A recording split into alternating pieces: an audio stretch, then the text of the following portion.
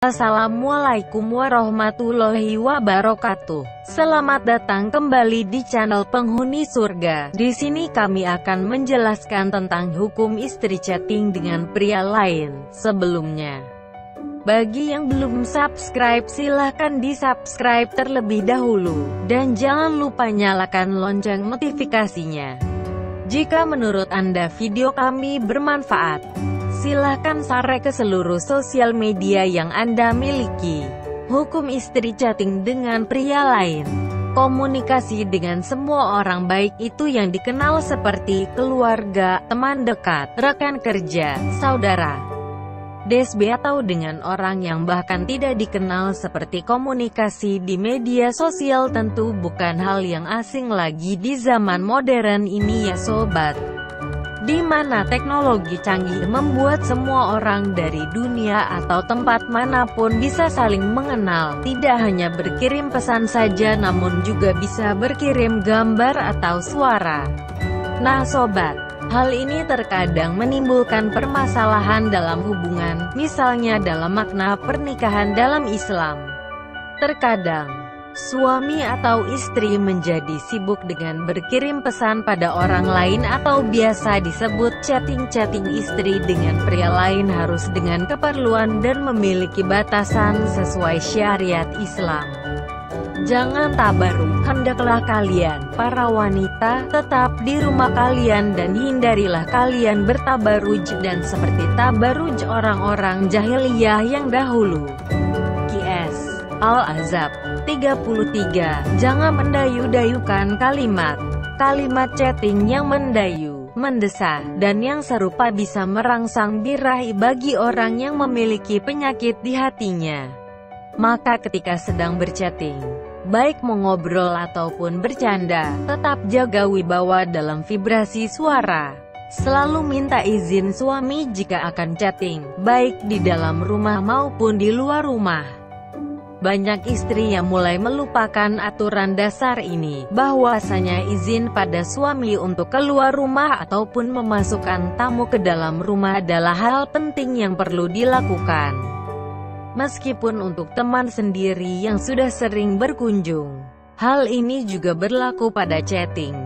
Tetap harus dengan izin suami. Tidak halal bagi seorang wanita untuk mengizinkan orang lain masuk ke rumahnya tanpa persetujuan suaminya.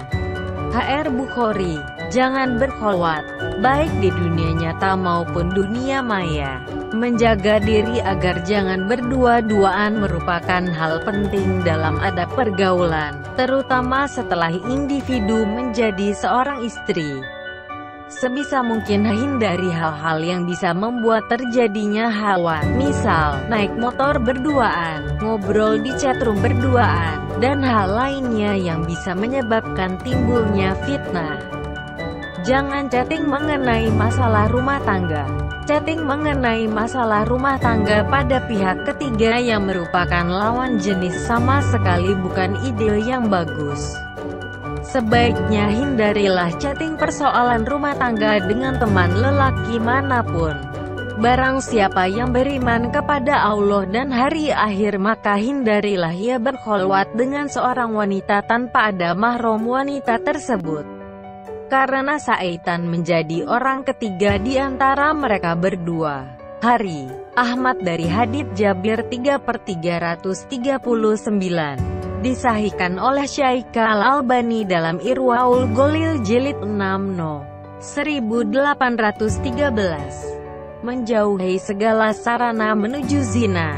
Allah Ta'ala berfirman, dan janganlah kamu mendekati zina, sesungguhnya zina itu adalah suatu perbuatan yang keji dan suatu jalan yang buruk. QS Al-Isra 1732. Adab dan hukum istri chatting dengan pria lain. Hanya untuk keperluan penting. Jika chatting tidak untuk keperluan yang penting, maka segeralah dihentikan. Karena termasuk ke dalam perbuatan sia-sia. Durasi tidak lama. Hal yang perlu diperhatikan lainnya adalah masalah waktu atau durasi. Jangan sampai melampaui batas. Berapa lamakah waktu yang diperlukan untuk membicarakan hal yang penting? Meski hanya melalui WhatsApp, chatting sebentar saja sudah cukup jika memang dilakukan hanya berdua. Jika ingin lebih lama, lakukanlah chatting di forum. Jangan sengaja menarik hati lawan chatting.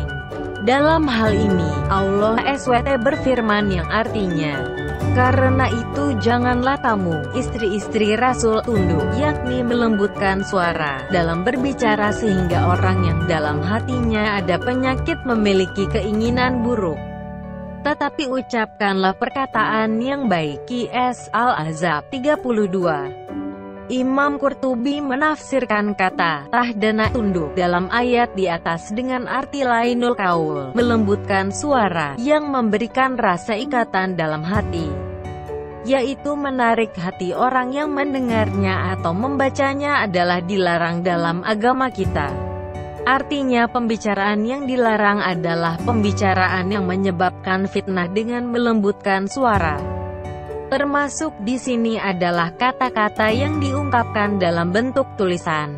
Karena dengan tulisan seseorang juga bisa mengungkapkan kata-kata yang menyebabkan seseorang merasakan hubungan istimewa, kemudian menimbulkan keinginan yang tidak baik. Larangan khalwat berduaan. Janganlah ada di antara kalian yang berkholwat dengan seorang wanita kecuali dengan mahramnya. Hari Bukhari dan Muslim. Khalwat adalah perbuatan menyepi yang dilakukan oleh laki-laki dengan perempuan yang bukan mahram dan tidak diketahui oleh orang lain.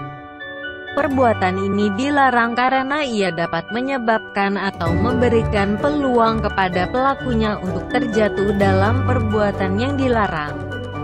Tiadalah seorang lelaki dan perempuan itu jika mereka berdua-duaan, melainkan syaitanlah yang ketiganya. Hadis sahih.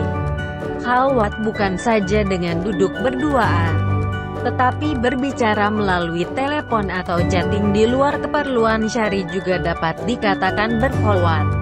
Hukum chatting sama dengan menelepon sebagaimana yang sudah kita terangkan di atas.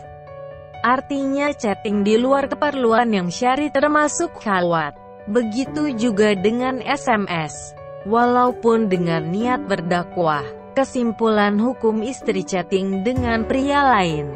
Chatting dengan pria lain boleh dilakukan karena kepentingan seperti masalah pekerjaan atau hal yang penting dan harus dengan izin suami atau menceritakan pada suami sebab istri harus terbuka pada suami.